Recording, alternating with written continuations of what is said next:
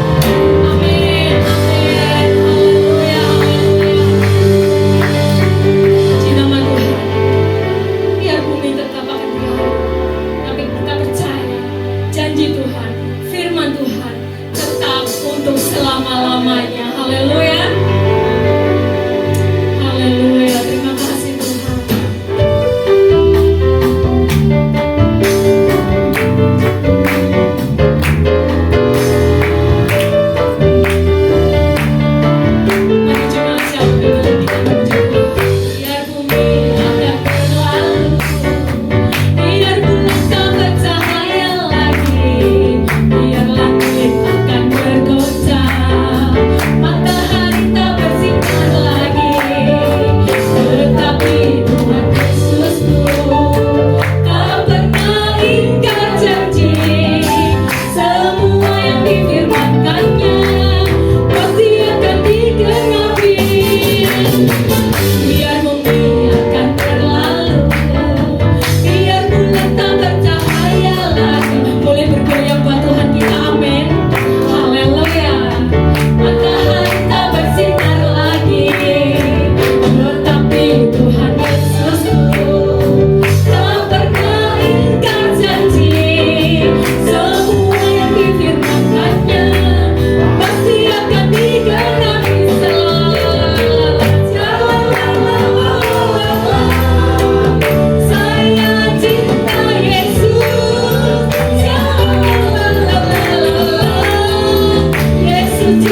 saya sekali lagi la la la. Saya cinta Yesus, la la la. Yesus cinta saya. Biar bumi akan berlalu, biar bulan tak bercahaya lagi, biar langit akan bergoncang, matahari tak bersinar lagi.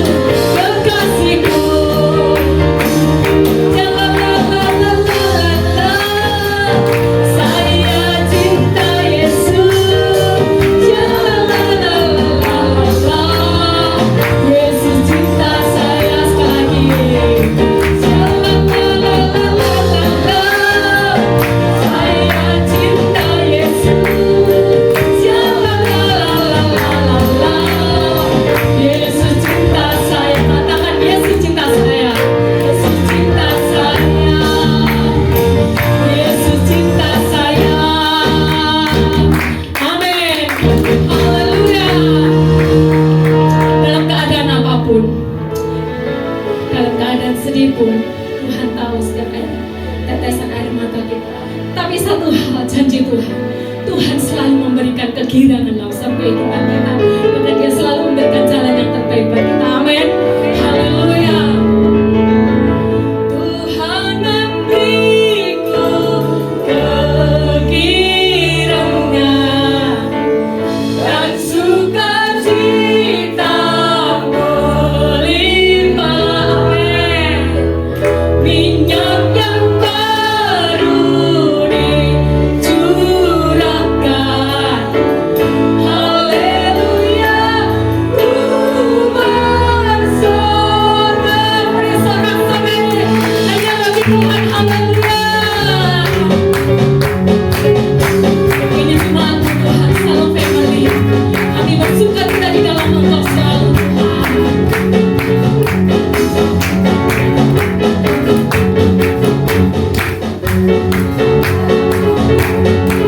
Bagi kaum Yehuda, umat yang berdoa, memuji dan menyembah. Inilah saat yang dinanti, firman Allah telah digenapi. Kulihat penuaian terjadi yang melanda seluruh bumi. Ku terima janji Allah. Bagi kaum Yehuda, umat yang berdoa, memuji dan menyembah. Inilah saat yang dinanti, firman Allah telah digenapi. Kulihat penuaian terjadi yang melanda seluruh bumi. Tuhan memberiku kegirangan dan sukacita melimpah. Minyak yang baru dicurahkan. Haleluya. Ku bersorak. Tuhan memberiku kegirangan. Amin. Selalu berikan sukacita untuk Tuhan. Haleluya. Ku bersorak. Kami yakin, kami percaya Tuhan, setiapmu yang Tuhan penuhkan dengan jiwa-jiwamu Tuhan. Kami melihat penuaian Tuhan terjadi di tempat ini. Haleluya. Terima janji Allah. Bagi kaum Yehuda, umat yang berdoa, memuji dan menyembah. Inilah saat yang dinanti, firman Allah telah digenapi. Kulihat penuaian terjadi yang melanda seluruh bumi. Tuhan memberiku kegirangan dan sukacita melimpah. Dan kami boleh melihat wajah-wajah yang penuh dengan sukacita di tempat ini. Haleluya. Ku bersorak. Tuhan memberiku kegirangan dan sukacita melimpah. Minyak yang baru dicurahkan. Haleluya. Ku bersorak. Haleluya. Ku bersorak. Haleluya. Kami bersorak-sorak pada Tuhan. Haleluya. Puji nama Tuhan. Silakan kembali. Terpujilah namamu Tuhan. Kau Allah yang sungguh baik dalam setiap kehidupan kami. Biarlah Tuhan, apapun yang akan terjadi Tuhan, musuh boleh berganti, tapi biarlah hanya Engkau Yesus satu-satunya yang di dalam kehidupan kami. Engkau Allah yang tidak akan pernah berubah Tuhan. Dan biarlah iman percaya kami Tuhan tetap di dalam Engkau. Dan biarlah kami boleh berkata, sekali Yesus, tetap Yesus dalam kehidupan kami. Terima kasih Tuhan, kami siapkan hati tanah kami yang paling subur untuk kebenaran firman-Mu. Firman-Mu Tuhan yang boleh menguatkan dalam setiap kehidupan kami.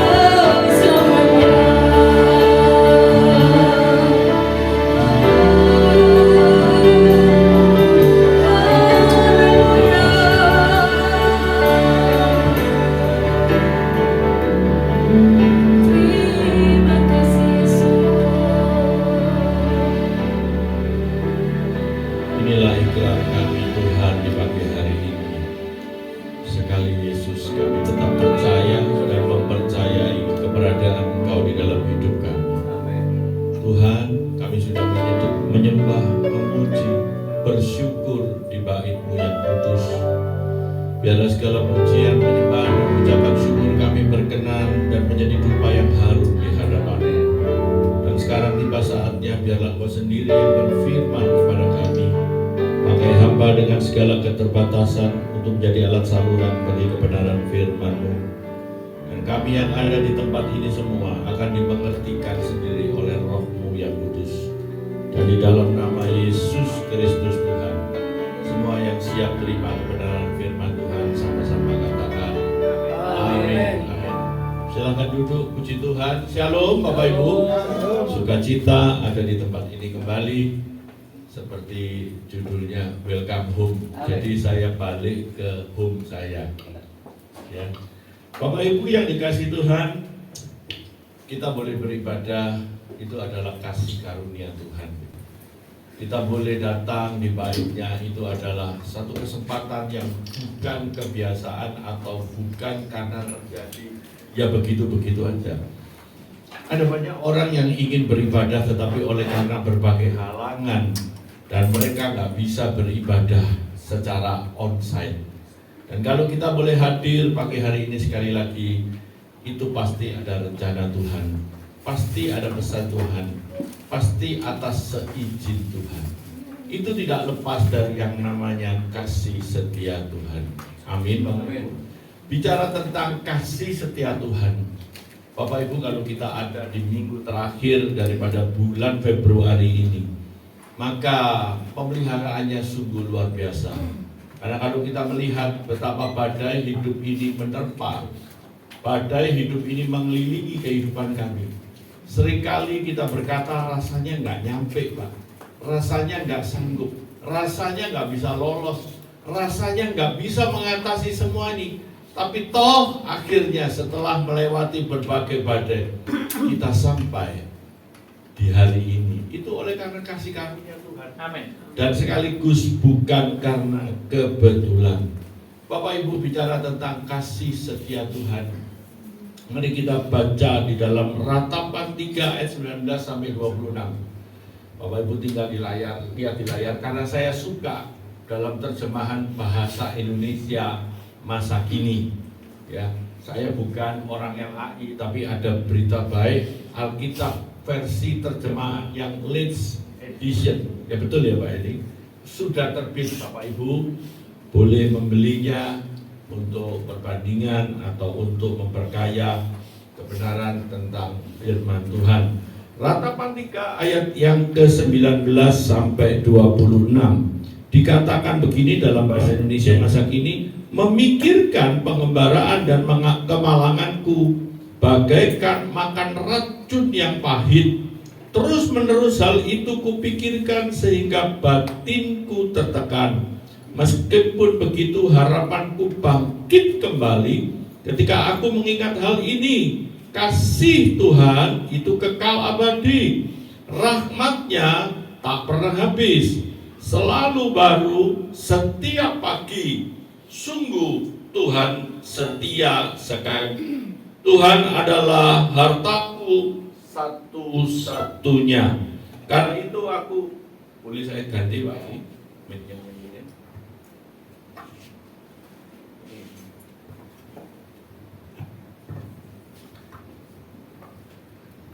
Tuhan adalah hartaku satu-satunya, karena itu aku berharap kepadanya. Tuhan baik kepada orang yang berharap kepadanya dan kepada orang yang mencari Dia. Jadi baiklah kita menunggu dengan tenang sampai Tuhan datang memberi pertolongan. Bapak Ibu, kitab Ratapan itu adalah kitab syair sesungguhnya.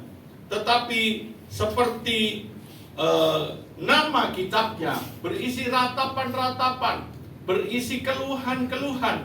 Bagaimana Babel menjajah Yerusalem ketika itu. Dan itu terjadi pada tahun 586 sebelum Masehi, di mana kehancuran yang terjadi oleh karena invasi daripada Babel dan serta masa pembuangan bangsa Israel selanjutnya. Tetapi dalam kitab Ratapan itu yang ditulis oleh Nabi Yeremia pada tahun 585 sampai 586 sebelum Masehi, Bapak Ibu, bukan hanya berisi tentang ratapan, tetapi ada pengharapan, ada satu keinginan bahwa Tuhan boleh mengampuni, Tuhan boleh memberikan kekuatan, Tuhan boleh memberikan kesempatan untuk mereka bertobat.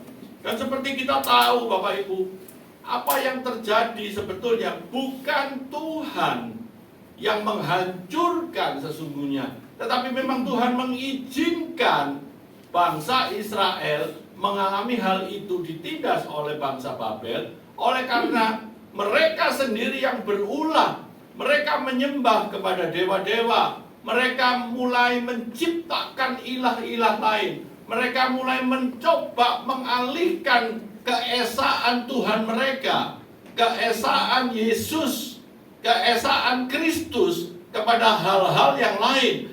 Dan ini mendatangkan kecemburuan bagi Tuhan. Tetapi Tuhan masih bermurah hati. Nanti kita lihat akhirnya bagaimana Tuhan memberikan kesempatan. Bapak Ibu, kisah yang sangat-sangat tragis di dalam kitab Ratapan ini, yaitu bagaimana bait Salomo yang demikian megah, yang sudah berdiri 400 tahun, dibakar habis. Dan Nabi Yeremia menjadi saksi dari semua peristiwa itu. Sehingga Nabi Yeremia menulis di dalam kitab Ratapan ini. Tetapi Bapak Ibu, puji Tuhannya, Tuhan kita bukan Allah yang ngamuk, bukan Allah yang marah tanpa ada kesempatan untuk bertobat. Dia selalu memberikan kesempatan untuk bangsa Israel itu bertobat. Jadi ketika kita jatuh, ketika kita berdosa, sesungguhnya Allah sedang menanti kita. Dan kalau kita mengalami hal-hal seperti saat-saat ini, hal-hal seperti maksudnya seperti bangsa Israel itu, artinya apa Bapak Ibu? Tuhan menginginkan sesungguhnya umat pilihannya ini tidak binasa. Setuju, katakan amin.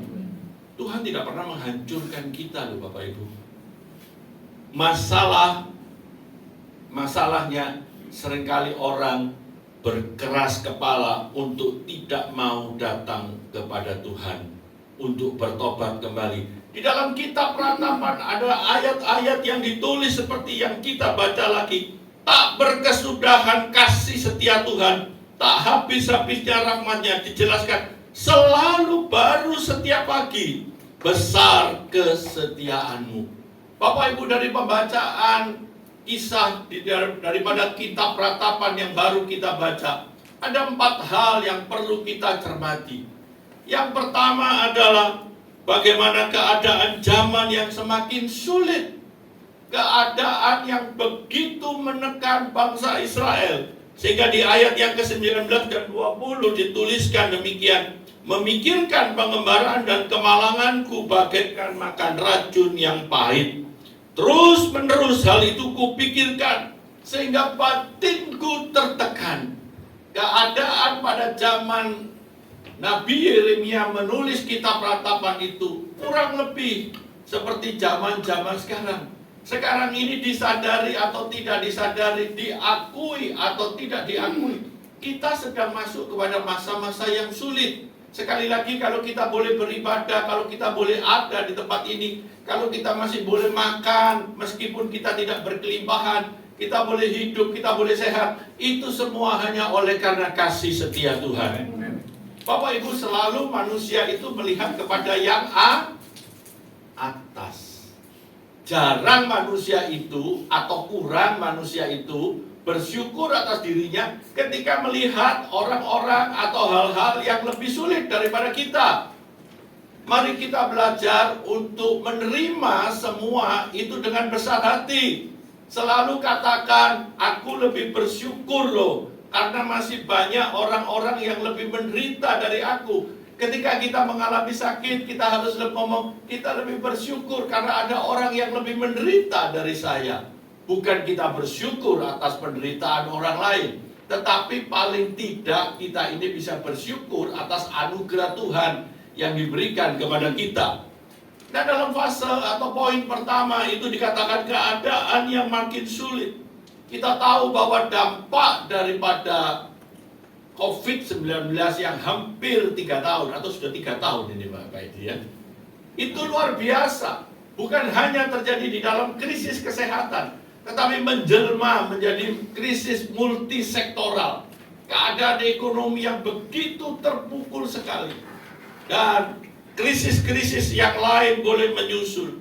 Bapak Ibu, kita tahu bahwa kita hidup di sebuah negara. Mau tidak mau kita harus tunduk kepada peraturan di dalam negara itu. Sebagai hamba-hamba Tuhan, anak-anak Tuhan, tentunya kita tidak boleh melawan negara. Kita harus tunduk meskipun mungkin peraturan-peraturan itu memberatkan kita. Tetapi percayalah, tidak ada pemerintah yang terjadi tanpa seizin Tuhan. Amin. Bapak Ibu yang dikasihi Tuhan, kita tahu keadaan sekarang ini begitu sulit. Pajak, kalau Bapak Ibu beli belanja yang berfaktur pajak bukan lagi 10%, tetapi 11%. Dan itu terjadi. Saya baru menerima, bukan baru ya, beberapa kali menerima pemberitahuan dari konsultan pajak saya. Waduh, banyak hal-hal yang harus dilaporkan, banyak hal-hal yang harus diberitahukan yang sebelumnya saya nggak pernah terima kayak gitu. Sehingga makin membaca makin mumet Bapak Ibu. Jadi saya ngomong aja jujur kepada konsultan, ya sudah, ini saya punya ini, saya harus kurang bayar berapa, saya harus lapor bayar. Dan ini intinya nggak ada, Pak, kelebihan bayar nggak ada, selalu kurang bayar. Selalu kurang bayar Bapak Ibu. Ya, kita ini kurang bayar dipanggil, nanti kalau saya pernah kelebihan bayar juga dipanggil Bapak Ibu. Ya sudah, kita ikuti aja. Bapak Ibu, jangan lupa, keadaan yang makin sulit ini terjadi pada hari-hari ini, seperti pada zaman kita peratapan ini ditulis.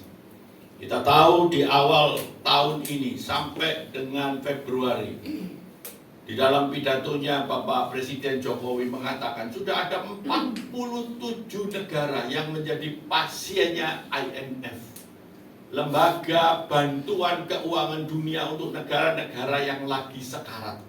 Dan diperkirakan oleh Presiden IMF ada sepertiga negara lagi. Maksudnya jumlahnya menjadi sepertiga negara. Seperti di dunia ini, artinya ada hampir 70 negara yang akan menjadi pasiennya. Dan kita bersyukur Indonesia tidak masuk di dalamnya. Tidak ada amin Bapak Ibu. Amin. Kita harus bersyukur loh, Indonesia nggak masuk di dalam menjadi pasiennya IMF. Bapak Ibu, itulah yang terjadi.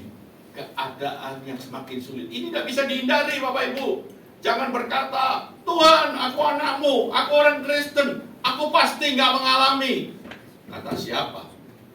Ada hujan di luar, orang Kristen nggak orang Kristen, kalau Anda keluar rumah pasti kena hujan. Itu nggak bisa dihindari. Tetapi ada cara-cara Tuhan untuk menolong. Ada cara-cara Tuhan untuk melindungi anak-anaknya. Bapak Ibu yang dikasihi Tuhan, itu keadaan yang tidak bisa dipungkiri. Kemudian di dalam poin yang kedua, di dalam kitab Ratapan itu yang baru kita baca, dikatakan kasih setia Tuhan itu bersifat kekal atau abadi. Ayat 21 dan 23 dikatakan begini, meskipun begitu harapanku bangkit kembali ketika aku mengingat hal ini. Dikatakan kasih Tuhan itu kekal abadi, rahmatnya tidak pernah habis, selalu baru setiap pagi. Bapak Ibu, ada penegasan kata setiap pagi. Ini menegaskan bahwa setiap hari sebelum kita bangun tidur, kasih setianya sudah ada sebelum kita bangun. Setiap kita bangun tidur ada kasih setianya. Jadi mari kita menutup setiap hari dengan ucapan syukur. Soal kesusahan hari esok, Tuhan sudah menyediakan kasih setianya. Setuju, katakan amin. Bapak Ibu yang dikasih Tuhan, ini sungguh sangat luar biasa. Kasih dan kemurahannya selalu ada di dalam hidup kita selama-lamanya.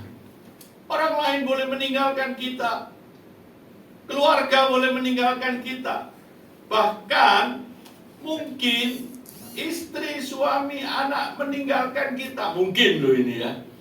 Tetapi percayalah, dia Tuhan tidak pernah meninggalkan kita. Dia Allah yang tidak bisa mengingkari janjinya. Dia setia bukan karena kita setia, tetapi dia setia karena dia adalah Tuhan yang ilahi. Itu suatu kebenaran yang jangan dibalak-balik. Jadi kalau kita setia beribadah, jangan kita berpikir supaya Tuhan setia. Tuhan setia. Jadi kalau kita beribadah, kita melayani, kita melakukan kehendak Tuhan, itu karena Tuhan sudah baik dan setia kepada kita. Kita tinggal membalas kebaikan Tuhan. Tidak bisa dihargai kebaikan Tuhan dengan cara apapun selain daripada tubuh jiwa ini dipersembahkan kepada Tuhan. Jadi kalau ada bakat main musik, layanilah Tuhan dengan sepenuh hati. Ada bakat jadi WL, layani Tuhan dengan sepenuh hati. Dan saya berdoa di tempat ini, satu kali jemaat yang akan penuh, akan menjadi pelayan-pelayan Tuhan. Kita tidak cukup menjadi jemaat-jemaat biasa. Saya berdoa semua menjadi pelayan-pelayan Tuhan.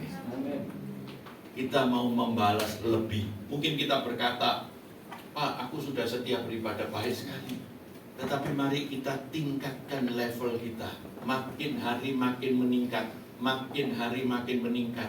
Di dalam sisa hidup kita, kita tidak ada pilihan lain selain mengabdi kepada Tuhan atau mengabdi kepada yang lain. Dan pilihan adalah kita jatuhkan kepada Tuhan Yesus Kristus. Jadi sekali lagi Bapak Ibu, kalau kita mungkin kecewa ditinggalkan oleh orang lain, kita dikecewakan oleh teman kantor kita dikecewakan, bahkan mungkin dalam tanda kutip ada hamba-hamba Tuhan yang mengecewakan, yang tidak sesuai dengan ekspektasi kita atau tidak sesuai bahkan dengan kebenaran firman Tuhan. Ampuni mereka, karena mereka bukan Tuhan, Bapak Ibu.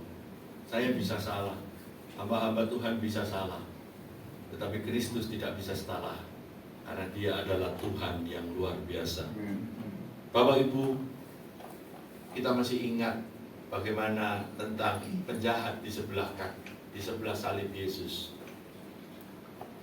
Lukas 23 ayat 42 sampai ke 43. Lukas 23 ayat 42 sampai ke 43. Dikatakan begini, kamu tampilkan? Supaya bisa dibaca sama-sama. Lukas 23, PowerPoint saya jadi step langsung kita keluar loh. Lukas 23 ayat 42 sampai 43. Oh iya. Lalu ia berkata, Yesus, ingatlah akan aku apabila engkau datang sebagai raja. Ayat 43, kata Yesus kepadanya, aku berkata kepadamu, sesungguhnya hari ini juga engkau akan ada bersama-sama dengan aku di dalam Firdaus. Bapak Ibu yang dikasih Tuhan, kita masih ingat cerita yang sangat populer ketika Yesus ada di Golgota. Kanan kirinya ada penjahat. Penjahat yang satu dengan sombongnya berkata, kalau engkau anak Allah, turunkanlah dirimu, selamatkanlah dirimu. Tetapi penjahat yang satu dia menyadari bahwa memang dia orang berdosa dan Yesus bukan orang berdosa. Oleh sebab itu dia mengerti bahwa yang disalibkan di sebelahnya itu memang Yesus anak Allah. Sehingga dia berpesan, ingatlah akan aku apabila engkau datang sebagai raja. Dan kita mau lihat kasih setia Yesus kepada penjahat itu. Dia tidak berkata kepada penjahat ini, apa kesalahanmu? Kamu menyembelih ayam atau menyembelih orang? Enggak, Bapak Ibu. Dia tahu bahwa yang disalib ini pasti kejahatannya berat. Dan disalib ini sama dengan dihukum mati, tetapi dengan cara yang lebih kejam. Dan apa yang terjadi di waktu yang sisa, karena Allah itu maha tahu. Setuju, katakan amin. Dia tahu bahwa waktunya orang ini sangat dekat dengan kematian secara tubuh. Maka dia atau Yesus langsung berkata, hari ini juga engkau akan bersama-sama dengan aku di dalam Firdaus. Suatu kasih setia yang luar biasa, Bapak Ibu. Dia tahu bahwa waktunya tidak lama. Dia tahu isi hati daripada penjahat itu. Oleh sebab itu, Bapak Ibu, kasih setia Tuhan itu bersifat kekal dan abadi. Dimanapun, kapanpun, pada siapapun.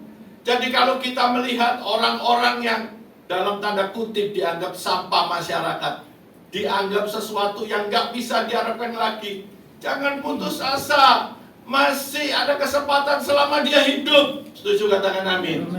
Terus sampaikan kebenaran, terus sampaikan kabar tentang Yesus sebagai Tuhan dan Juru Selamat dunia.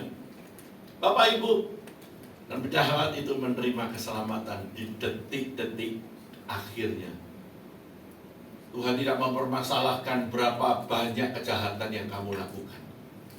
Kasih setia tidak mengenal berapa kamu berbuat dosa. Tapi kasih setia berlaku untuk orang yang merendahkan hati, mengaku dosa, meminta ampun, dan Tuhan pasti akan mengampuni dosa-dosanya. Berbeda dengan wanita Samaria, mendapatkan kasih karunia, tetapi perkataan Yesus berbeda. Di dalam Yohanes 6 ayat yang ke-11 dikatakan begini, jawabnya, tidak ada Tuhan. Lalu kata Yesus, aku pun tidak menghukum engkau, pergilah dan jangan berbuat dosa lagi mulai dari sekarang. Seorang wanita yang dibawa oleh orang Farisi kepada Yesus, dan orang Farisi ini hendak menjebak Yesus. Kalau dia mengizinkan hukum Taurat dirajam sampai mati oleh batu, maka Yesus bukan kasih. Tetapi kalau Yesus mengasihi, bahwa Yesus adalah melanggar hukum Taurat, tetapi Yesus tidak bisa dipermainkan. Karena dia yang menggenapi hukum Taurat, dan dia menggenapi hukum kasih. Jadi dia bisa melaksanakan dua hal itu. Yang tidak pernah berbuat dosa, kamu boleh lempari. Dan dikatakan, wanita itu jawabnya, tidak ada Tuhan. Lalu kata Yesus, aku pun tidak menghukum kau, pergilah, jangan berbuat dosa lagi mulai dari sekarang. Suatu perkataan kalau saya renungkan ini luar biasa. Berbeda dengan yang disalib tadi. Karena wanita ini masih punya masa depan. Dia tidak dekat dengan kematian. Makanya Tuhan bicara apa? Mulai sekarang jangan berbuat dosa lagi. Ini berlaku untuk kita. Kalau kita mendapat kasih setia pengampunan karena kejahatan kita yang bertubi-tubi, firman ini datang kepada kita, pergilah dan jangan berbuat dosa lagi. Ini yang Tuhan mau kepada kita. Ini yang harus kita kerjakan setiap saat. Jangan berbuat dosa lagi. Amin, Bapak Ibu. Kasih setianya luar biasa di dalam kehidupan kita. Tidak pernah berakhir. Selama kita masih bisa menyembah, selama kita masih bisa bernafas, jangan sia-siakan kesempatan itu. Kalau kita bersalah, memang kita masih hidup di dunia ini tidak lepas dari kesalahan, tidak lepas daripada khilaf, tidak lepas daripada kelemahan tubuh. Dan itu bisa terjadi. Oleh sebab itu sebelum kita menutup mata maksudnya di malam hari untuk tidur dan sebagainya, kita minta ampun kepada Tuhan atas hal-hal yang mungkin kita tidak sadar kita sudah melakukan perbuatan-perbuatan yang mendukakan hati Tuhan. Dan mari kita akhiri setiap hari dengan meminta ampun kepada Tuhan. Yang ketiga, Bapak Ibu, harta yang paling utama adalah memiliki Tuhan. Ayat 24. Tuhan adalah hartaku satu-satunya. Karena itu aku berharap kepadanya. Harta satu-satunya. Ketika kita mengalami kebangkrutan, ketika kita mengalami kehilangan, kita mengalami kerugian, baik itu secara materi, secara kesehatan, kita memang kehilangan. Tetapi kehilangan Tuhan adalah kehilangan segala-galanya. Dan saya berdoa, sekalipun tubuh ini merosot, sekalipun tubuh ini bertambah lemah, sekalipun usaha kita lagi meredup, percayalah, selama kita memilih Tuhan, itu adalah harta satu-satunya di dalam hidup kita. Ini bukan sekedar kalimat motivasi atau penghiburan, tetapi ini benar loh Bapak Ibu. Yang akan kita bawa kepada kekekalan ini bukan harta kita. Ketika kita meninggalkan dunia ini, peti mati kita boleh harganya 1 miliar. Ya, ada seorang konglomerat mati, peti matinya 1 miliar, dikubur di mana? Yang Jakarta itu Pak. San Diego Hills. Itu masukkan petinya pakai kering Bapak Ibu, saking ngabutnya. Mereka boleh bawa harta, tetapi tidak bisa membangkitkan lagi. Tetapi kita mungkin tidak membawa harta, tetapi kita memilih kehidupan yang kekal bersama Kristus. Itu harta satu-satunya. Dan itu ditentukan oleh keadaan kita waktu kita masih hidup. Makanya kita tidak tahu kematian itu kapan. Makanya kita harus hati-hati selama hidup ini. Karena ketika Tuhan memanggil kita, apakah Yesus masih ada dan bersama kita? Sebuah pertanyaan yang krusial di dalam setiap kehidupan anak Tuhan.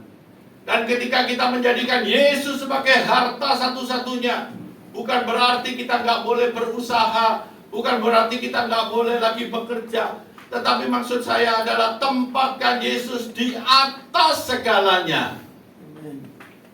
Kalau kita menempatkan Yesus di atas segalanya, bahwa kita sudah memiliki harta satu-satunya dan harta yang paling berharga.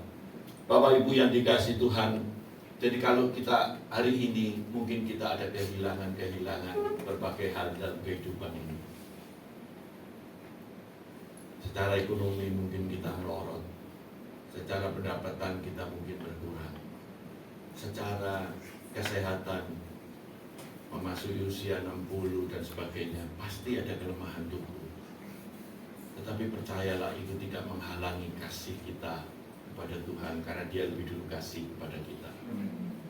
Dan kalau kita mengerti keadaan itu, maka kita akan berkata bahwa Yesus, Engkau boleh menjadi harta satu-satunya di dalam hidup.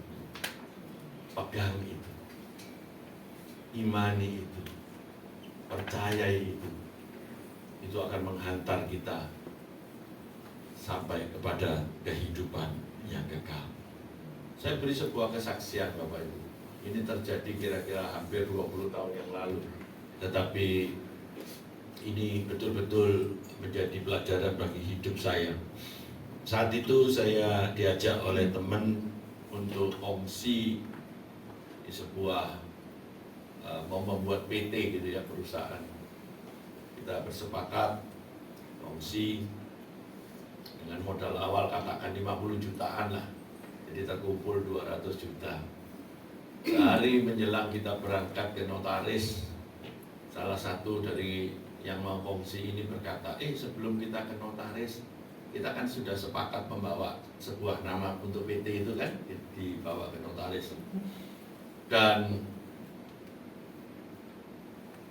dia berkata, kita mampir ya ke emak, katanya. Pada waktu itu umurnya 50 lebih, jadi emaknya ini kan kira-kira cepet Bapak Ibu, sakti lebih. Emak siapa? Ya, pokoknya ini ceritanya Bapak Ibu, emak itu adalah orang pintar ternyata. Orang pintar ini nanti didatangi, ditunjukin nama ini. Kalau nama ini nggak tahu dengan ritual-ritual tertentu, karena saya belum menjalani, Kalau nama ini dalam tanda kutip tidak disetujui oleh sang emak ini, maka digantilah nama ini sampai cocok. Kalau didoakan Tuhan berkata jangan, ya masih saya terima. Ini dibawa ke emak yang notabene adalah orang biasa. Saya mulai nggak ada sejahtera, Bapak Ibu. Saya mulai berdoa, Tuhan, ya apa ini terus nggak ini. Jalannya nggak enak. Kelihatannya simpel mengganti nama, tapi bukan sekedar mengganti nama itu karena memang PT itu biasanya kita cek di Menkumham ya. Ada nggak ini udah dipakai orang nggak nama ini? Kalau udah dipakai, ya itu diganti. Ya itu kita tunduk kepada pemerintah.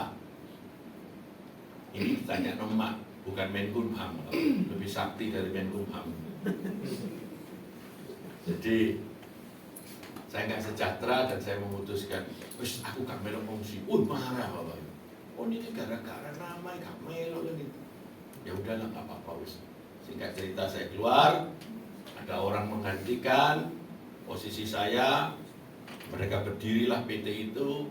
Dan apa yang terjadi Bapak Ibu? 3 tahun setelah PT itu berdiri, PT itu bukan mengalami laba yang besar, PT itu mengalami kerugian yang cukup besar. Bukan hanya modal 50 juta itu yang hilang, dalam arti karena kerugiannya lebih dari 200 juta. Mereka harus nombok, mereka harus bayar kepada supplier. Jadi ketika PT itu ditutup, mereka harus menyelesaikan hutang yang cukup lumayan. Bapak Ibu, di situ saya mengerti bahwa kebenaran firman Tuhan itu ya dan amin. Dia tahu masa depan. Saya nggak tahu masa depan. Memang kelihatannya mau mendirikan PT itu untung, nggak ada toh. Orang itu kalau mau kongsi dipikir, ini rugi, wis gak aku tetap ikut, nggak ada. Pasti ada perhitungan bahwa perusahaan ini akan untung. Bapak Ibu, saya baru mengerti setelah 3 tahun itu. Kenapa? Tuhan itu berdaulat atas keputusannya, memberikan kekuatan kepada saya untuk berkata tidak dan menolak pada hari itu. Ada 2 hal Bapak Ibu. Kalau saya ikuti petunjuk si emak itu, maka saya kerugian materi pasti, ya toh, setornya bareng-bareng, ruginya ya ditanggung bareng. Terus kedua, saya menyangkal di hadapan Tuhan. Ada kerugian material dan saya menyangkal Tuhan. Bapak Ibu, kalau hari-hari ini kita mungkin mengalami kerugian dalam tanda kutip karena keimanan kita kepada Kristus yang tidak tergoyahkan, percayalah Tuhan akan membalas berkali-kali lipat untuk keputusan yang benar itu di dalam hidup kita. Amin Bapak Ibu. Kita tidak mengerti. Saya waktu pertama-pertamanya juga merasa, waduh, eman ya kesempatan ini. Tapi nggak ada damai sejahtera, nggak tak terus dong Bapak Ibu. Wis, nggak usah bela fungsi. Pertama bagus, tahun kedua, tahun ketiga, sampai PT itu ditutup, menderita kerugian. Hari ini Bapak Ibu, mungkin kita mengalami, sering saya ini di dalam bisnis Bapak Ibu, yang sesuatu yang saya anggap ini pasti menang, ini pasti kena saya ini, tapi luput Bapak Ibu. Wah, kaget saya dengan berbagai dari kompetitor, cara-cara yang nggak benar. Apakah saya terpancing atau iri? Wah, wis aku tak melok cara bobo ya sisan. Enggak. Saya mungkin dianggap orang konservatif atau bunuh, tapi saya bukan konservatif. Karena saya sudah ditebus oleh Kristus. Jadi hidup saya harus berbeda. Ada satu Job, tapi ini benar terjadi Bapak Ibu. Satu kali teman saya berkata, si Anu ini udah terima Tuhan loh. Wah, puji Tuhan saya ngomong. Tapi ya itu, dia hidup tidak seperti dunia lagi. Wah, ya saya lebih mengucap syukur kan. Memang anak-anak Tuhan tidak serupa dengan dunia. Betul ya Pak Idi ya? Tapi di akhirnya ditambahi lagi kalimat, dia nggak serupa dengan dunia, tapi dia lebih nemen dari dunia. Wah, ini amsyam. Malu. Kita ini nggak melok, nggak ikut jadi pelakunya. Terus dia sebut salah satu gereja lagi. Iku jemaat di gereja itu loh, waduh. Bapak Ibu kita ini juga malu loh, amin. Kalau kita ada saudara-saudara seiman kita, ya toh. Nanti ada pelaku kekerasan, namanya itu nama dalam list Alkitab ada. Waduh, di penjara banyak nama Matius, David dan sebagainya. Jadi Bapak Ibu yang dikasih Tuhan, sekali lagi Tuhan adalah hartaku satu-satunya. Bukan kita nggak boleh berusaha, kita harus berusaha. Di masa-masa sulit ini kita harus lebih giat. Pak, aku berserah Pak. Aku tiap pagi nyanyi Pak. Mari nyanyi apa? Tidur. Mari nyanyi tidur, baca Alkitab tidur. Ya, jangan begitu. Nyanyinya aku berserah, aku berserah. Tapi kita harus berusaha. Tetapi sekali lagi, bahwa keputusan ada di tangan Tuhan. Kita tahu bahwa Yesus berdaulat atas hidup kita. Yang terakhir, sikap kita di masa sulit. Ayat 25 dan 26. Keempat, sikap kita di masa yang sulit. Tuhan baik kepada orang yang berharap kepadanya dan kepada orang yang mencari Dia. 26, jadi baiklah kita menunggu dengan tenang sampai Tuhan datang memberi pertolongan. Bapak Ibu, sifat gugup, sifat panik itu adalah sifat bawaan daripada setiap manusia. Nggak ada manusia yang dikatakan pemberani bagaimanapun, dia tidak pernah panik dan tidak pernah gugup. Betul? Saya pernah ngalami dijemput Grab untuk ke bandara. Grabnya nyasar Bapak Ibu.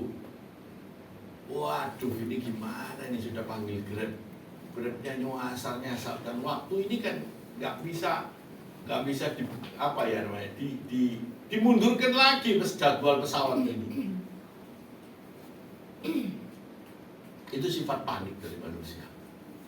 Tetapi Yesus berkata, sikap kita di masa sulit adalah tetap tenang, tetap fokus ke Yesus, tetap berdoa, tetap baca firman Tuhan sebagai kekuatan. Bapak Ibu, ketika ada orang yang tenggelam, maka tim penolong itu akan datang. Dan kalau orang itu masih sadar, maka penolong itu, rescue itu, tim SAR itu akan berkata, tenang Pak, tenang, kamu jangan banyak bergerak. Biasanya kan begini-begini. Makin dia bergerak, makin tenggelam. Makin dia bergerak, makin gak bisa napas. Airnya banyak masuk. Dan tim itu bukan menolong, merangkul dan sebagainya. Tetapi yang dikatakan pertama, tenang dulu Pak. Ikuti saya. Ikuti petunjuk saya. Tetap tenang. Hari ini Bapak Ibu, firman itu berkata, tetap tenang. Tetap tenang. Pak, saya nggak bisa tenang Pak. Saya ditagih, saya diteror, saya dikejar-kejar oleh kewajiban saya. Saya tahu. Tetapi tetap tenang. Ini adalah kunci daripada kita mengalami pertolongan Tuhan. Bapak Ibu, di dalam Markus 4 ayat 37 dan 40, Markus 4 ayat 37 dan 40 dikatakan begini, lalu mengamuklah taufan yang sangat dahsyat dan ombak menyembur masuk ke dalam perahu, sehingga perahu itu mulai penuh dengan air. Pada waktu itu Yesus tidur di buritan di sebuah tilam, maka murid-muridnya membangunkan dia dan berkata kepadanya, Guru, coba ini kata yang sangat gak sopan dari seorang murid, dari para murid. Engkau tidak peduli kalau kita binasa. Ia pun bangun menghardik angin itu dan berkata kepada danau itu, diam, tenanglah. Lalu angin itu reda dan danau itu menjadi teduh sekali. Lalu ia berkata kepada mereka, mengapa kamu begitu takut? Mengapa kamu tidak percaya? Bahwa Bapak Ibu, kisah ini adalah kisah yang sering kita dengar. bahwa Yesus ketika itu bersama dengan muridnya di dalam perahu dan mengamuklah angin sehingga perahu itu terombang-ambing hampir tenggelam. Tapi kata-kata yang gak sopan Bapak Ibu, di dalam ketakutan itu ada kata-kata kadang yang tidak sopan keluar. Engkau tidak peduli kalau kita binasa. Bayangkan Bapak Ibu, murid bisa berkata begitu Bapak Ibu. Ini sesungguhnya nggak boleh terjadi. Tetapi kebenaran adalah kebenaran. Firman Tuhan tetap mencatat apa yang baik, apa yang buruk, apa adanya. Alkitab itu adalah firman Allah. Jadi yang dicatat itu apa adanya tentang kejadian-kejadian yang pernah terjadi. Bapak Ibu yang dikasihi Tuhan, mari kita tidak bersifat sebagai murid-murid seperti yang di perahu itu. Wajar takut, tapi jangan sampai kita berkata yang tidak benar. Pertanyaannya, ada Yesus pun murid ini masih ragu. Sesungguhnya kita ini juga harus menyadari bahwa ada Yesus di dalam hidup kita. Setuju katakan amin? Sejak kita terima Tuhan sebagai juru selamat, Dia ada di dalam kehidupan kita dan Dia berdaulat atas hidup kita. Hidupku bukan aku lagi, tapi siapa? Kristus yang ada di dalam hidup aku. Dan kalau ada Kristus di dalam kehidupan kita, maka Dialah yang bertanggung jawab atas hidup kita.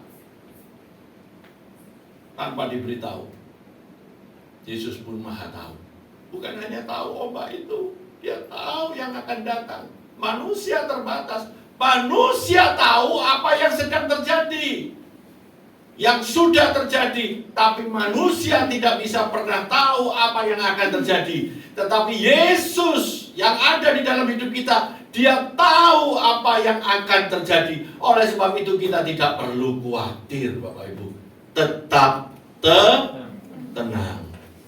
Yang hanya perlu kita tahu adalah pastikan ada Yesus di dalam kehidupan kita di tengah danau kesulitan apapun. Ayat 40 saya cuplik Bapak Ibu di dalam terjemahan NET, New English Translation, dikatakan begini. Nah, ini bagus ini. And he said to them, why are you cowardly? Do you still not have faith? Ini kata-katanya keras loh Bapak Ibu dari Yesus. Kenapa engkau menjadi seorang pengecut? Bahasa terjemahan NET ini saya pelajari. Wah, di King James gak ada ditulis ini, di New King James gak ada, tapi di NET ada.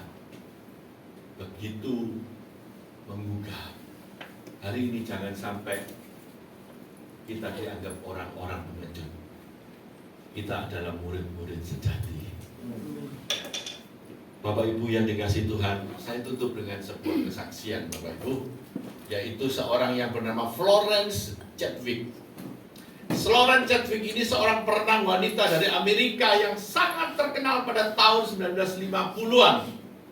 Dan ketika pada tahun 1952, Florence ini mencoba renang untuk memecahkan rekor dari Pulau Catalina menuju pantai California. Dia mulai dari pagi hari. Dia renang. Ini ada kesalahan, bukan 18 jam tapi 15 jam. Bapak Ibu, apa yang terjadi ketika setelah 15 jam berenang?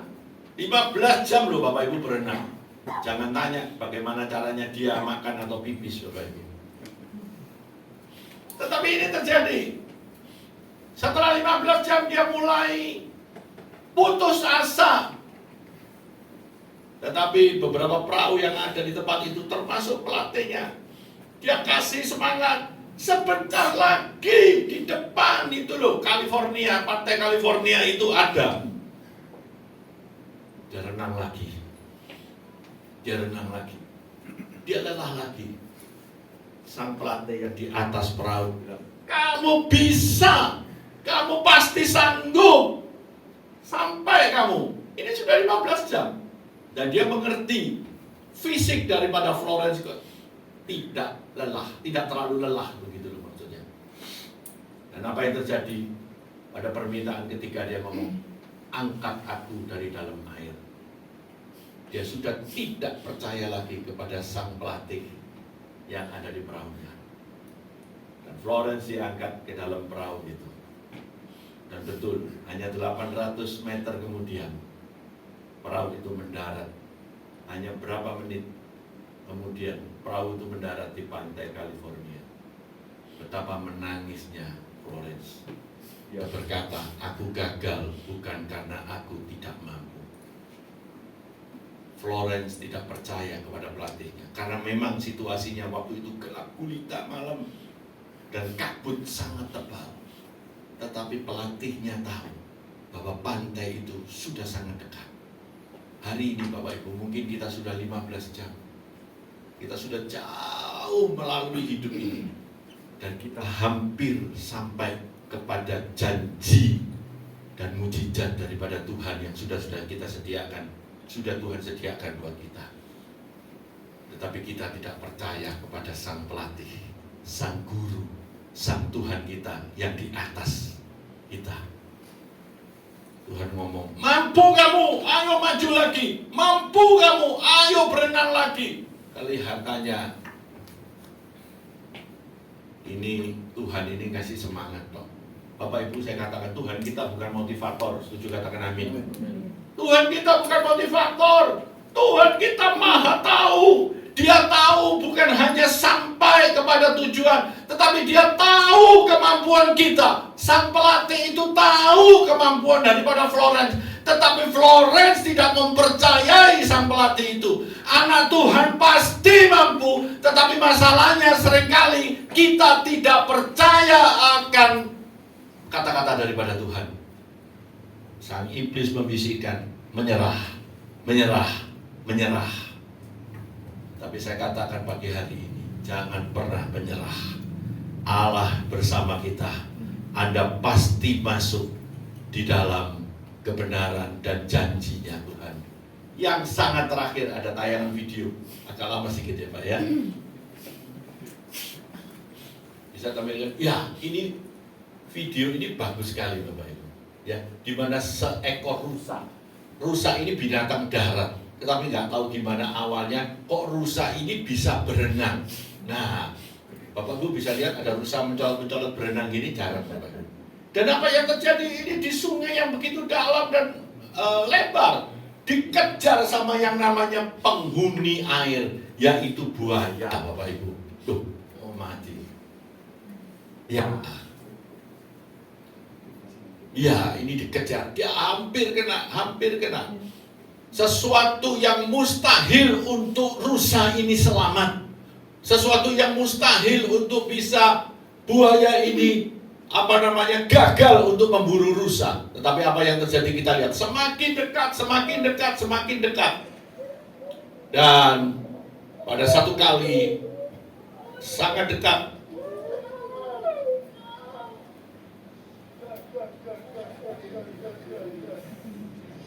dan selamat. Hari ini kita mungkin seperti rusa itu. Orang berkata, kamu pasti tidak akan selamat. Kamu pasti tidak akan bisa sampai kepada tujuan. Karena yang mengejar lebih besar dari kamu. Betul! Saya katakan betul. Karena rusa ini binatang darat. Buaya adalah binatang air dan dia predator paling unggul. Tetapi jangan lupa, sekalipun kita di dalam lembah-lembah kekelaman, Allah yang di dalam kita menyebabkan kita mampu dan bisa menaklukkan segala sesuatu. Saya udah maju ke depan WL, Bapak Ibu, sebuah pertanyaan sebelum kita menyanyikan sebuah pujian. Babel apa yang ada di sekeliling kita? Kesulitan apa yang ada di sekeliling kita? Pastikan bahwa Yesus adalah harta satu-satunya, dan pastikan bahwa kasih setia Tuhan itu bersifat kekal. Berapa banyak Anda jatuh, itu tidak menjadi masalah.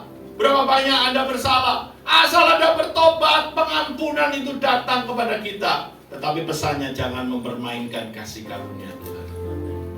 Sikap tenang yang dibutuhkan di dalam keadaan seperti ini. tenang, dengan tenang. Karena Tuhan berkata, akulah Tuhan yang menyelamatkan engkau.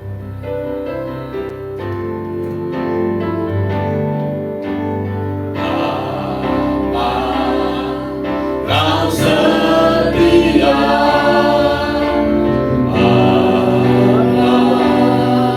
kau mulia, tenanglah